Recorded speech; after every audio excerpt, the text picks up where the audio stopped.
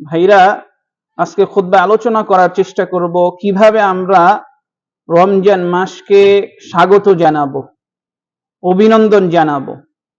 কাইফা নাস্তাকবিলু রমাদানা, কিভাবে আমরা রমজানকে অভ্যর্থনা জানাবো। আমাদের বাসায় মেহমান আসলে আমরা স্বাগত জানাই। তো রমজান মাস আমার আপনার জন্য খুবই মর্যাদাবান। তো এই রমজান মাসকে আমরা আনুগত্যের মাধ্যমে স্বাগত জানাবো, আল্লাহ সুবহানাহু ওয়া তাআলার কথা মানার মাধ্যমে স্বাগত জানাবো। সর্বপ্রথম যেই কাজটা আমাদের করা উচিত সেটা হচ্ছে নিয়তকে পরিশুদ্ধ করা। যে রমজান মাসে রোজা রাখবো এবং সমস্ত আমল করব আল্লাহ সুবহানাহু ওয়া তাআলার সন্তুষ্টির জন্য। আল্লাহ রাসূল সাল্লাল্লাহু আলাইহি ওয়াসাল্লাম বলেছেন, ইন্নামাল আ'মালু বিন্নিয়াত, প্রত্যেক কর্মের প্রতিদান দেওয়া হবে নিয়তের উপর নির্ভর করে। তো আমার আপনার নিয়ত কি, এটা আল্লাহ সুবহানাহু ওয়া তাআলা দেখবেন।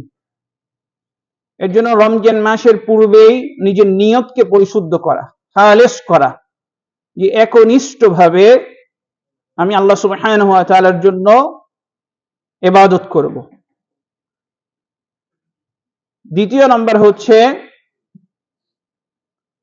সিয়াম পালন করার মাধ্যমে রমজান মাসকে স্বাগত জানাবো।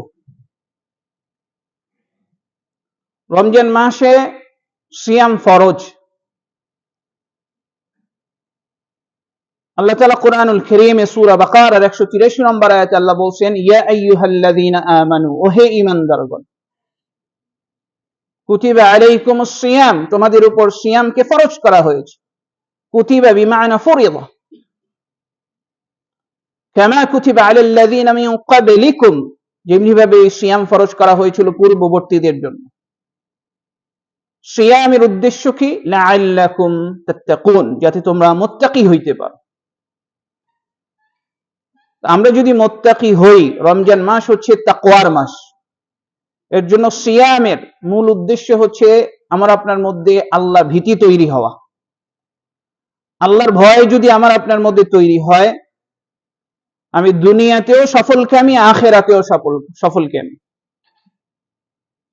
আল্লাহ তাআলা কুরআনুল কারীমে বলেছেন, ইয়া আইয়ুহাল্লাযীনা আমানুত্তাকুল্লাহ হাক্কা তুকাতিহ, ওহে ঈমানদারগণ, তোমরা আল্লাহকে